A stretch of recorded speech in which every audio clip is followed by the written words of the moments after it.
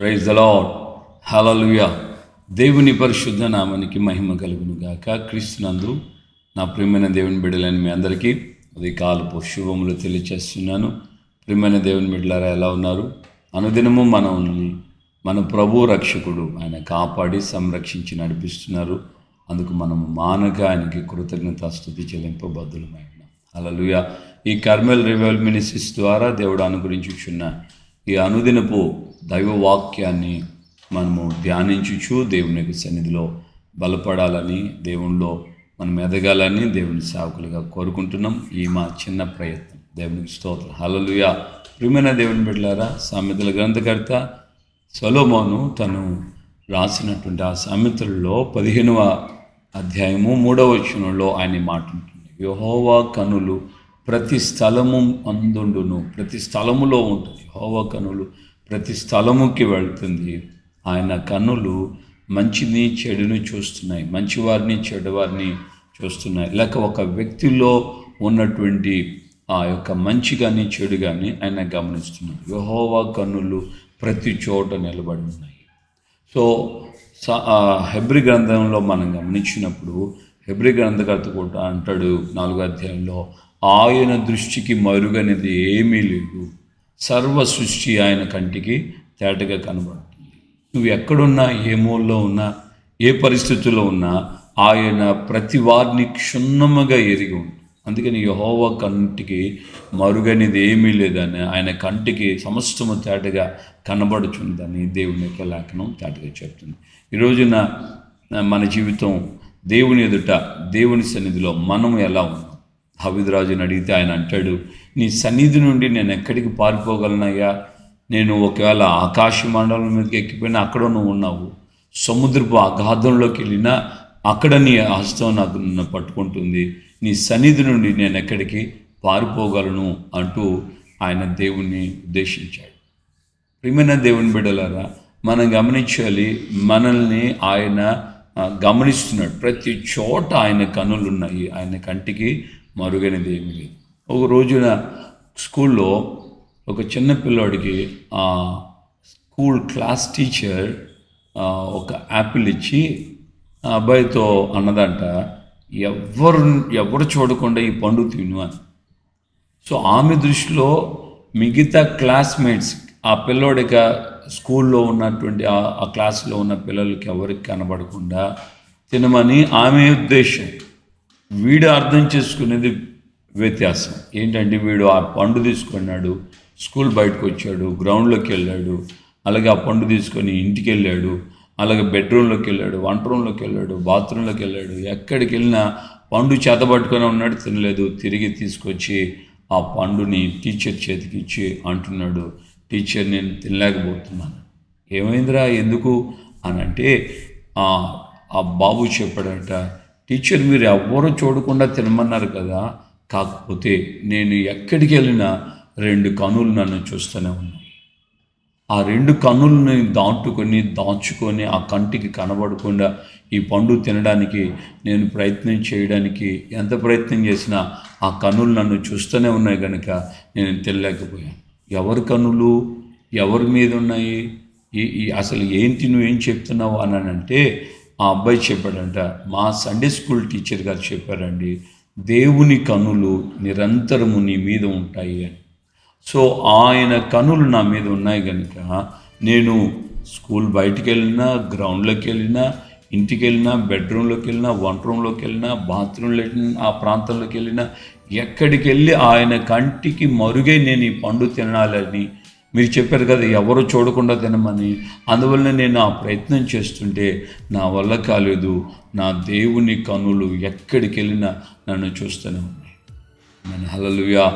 ఆమె ఒక దేవుని ఎరగని ఒక వ్యక్తి.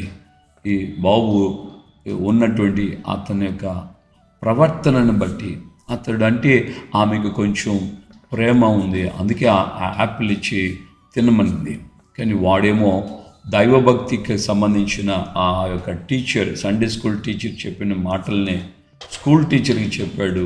తద్వారా ఆమె ఒక అన్యురాలై ఉండి, దేవుని ఎరగని వ్యక్తి ఉండి, ఆ అబ్బాయి చెప్పిన ఆ మాటలను బట్టి ఆమె కూడా ప్రభునందు విశ్వాసము కలిగి. ఎందుకంటే మన దేవుడు చూచుచున్న దేవుడు, మన దేవుడు ఆయన సజీవుడైన దేవుడు.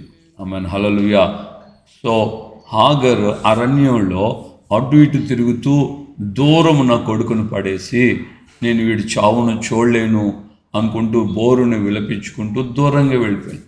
కానీ చూస్తున్న దేవుడు హాగరు యొక్క కుమారుడిని గురించి, వాడి యొక్క మొరను గురించి విని హాగరుతో అంటాడు, హాగరు నీకేమైంది, ఎందుకు భయపడుతున్నావు, లేచి నీ కుమారుని ఎత్తుకో, చేతబట్టుకో, దేవుడు వాడిని మొర విన్నాడు అని దేవుని యొక్క దూత హాగర్ని ధైర్యపరిచింది. ఈ రోజున నీవు ఏ బాధలో ఉన్నావో, ఏ కష్టంలో ఉన్నావో, ఏ కన్నీళ్ళలో ఉన్నావో, ఏ దుఃఖంలో ఉన్నావో, నన్ను ఎవరు చూడటం లేదు, నన్ను ఎవరు పట్టించుకోవట్లేదు, నా బాధలు నాకు తెలిసే ఉన్నాయి అని నువ్వు అనుకుంటూ కృంగిపోతున్నావేమో, దేవుడు నిన్ను చూస్తున్నాడు.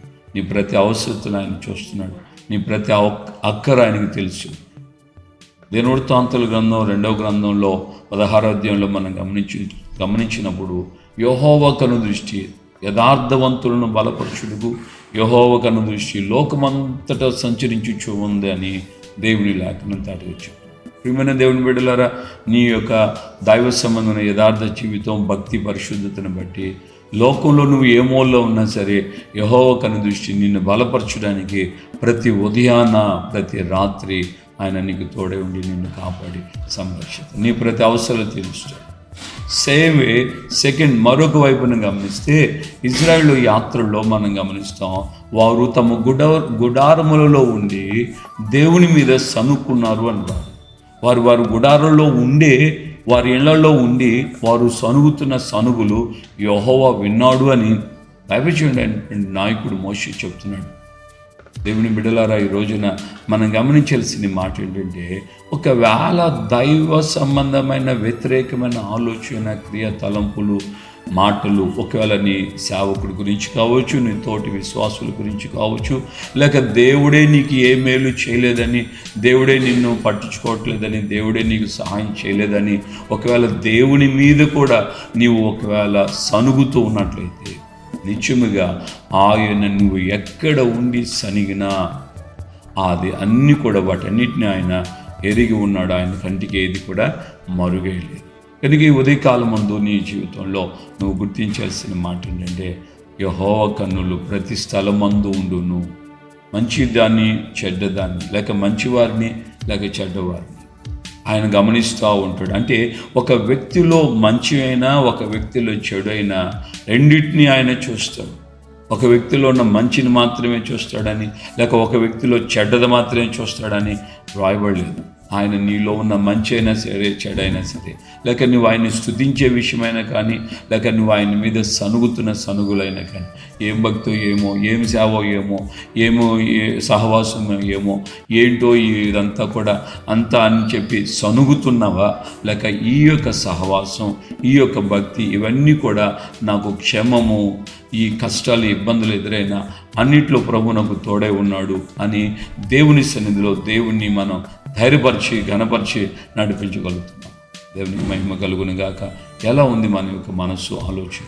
కనుక ఈ రోజున మనం చిన్న తీర్మానంతో, నీ కన్నులు ప్రతి స్థలమందు ఉంటాయ్యా, నాలో మంచి కలుగుతున్నా చెడు కలుగుతున్నా, చెడు తలంపులైనా మంచి తలంపులైనా సమస్తం నీ కంటికి మరుగైలాక తేటగా కనబడుతుంది. కనుక నా పొరపాట్లు, తప్పిదాలు క్షమించండి, మన్నించండి, తెలిసి తెలియక చేసిన వాటి నుంచి నాకు విడుదల ఇవ్వండి అని నువ్వు పశ్చాత్తాపంతో చిన్న ప్రార్థన చేస్తే తప్పనిసరిగా ఆయన కనులు నిన్ను బలపరుస్తాయి.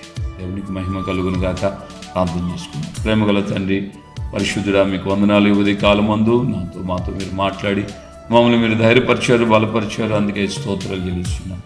నా ప్రభు రక్షకుడా, మరి మీ కన్నులు ప్రతి స్థలమందు ఉండును అని మీ లేఖనాలు మాకు ధైర్యాన్ని, విశ్వాసాన్ని కలుగు చేస్తాయి. మా ప్రతి పనులలో అది మంచిది కానీ చెడ్డది కానీ ప్రతి దాంట్లో మీరు ఉన్నారని, మీరు చూస్తున్నారని ప్రభువా, మీ యొక్క నాయన లేఖనాల ద్వారా అయ్యా మమ్మల్ని మీరు బలపరిచారు.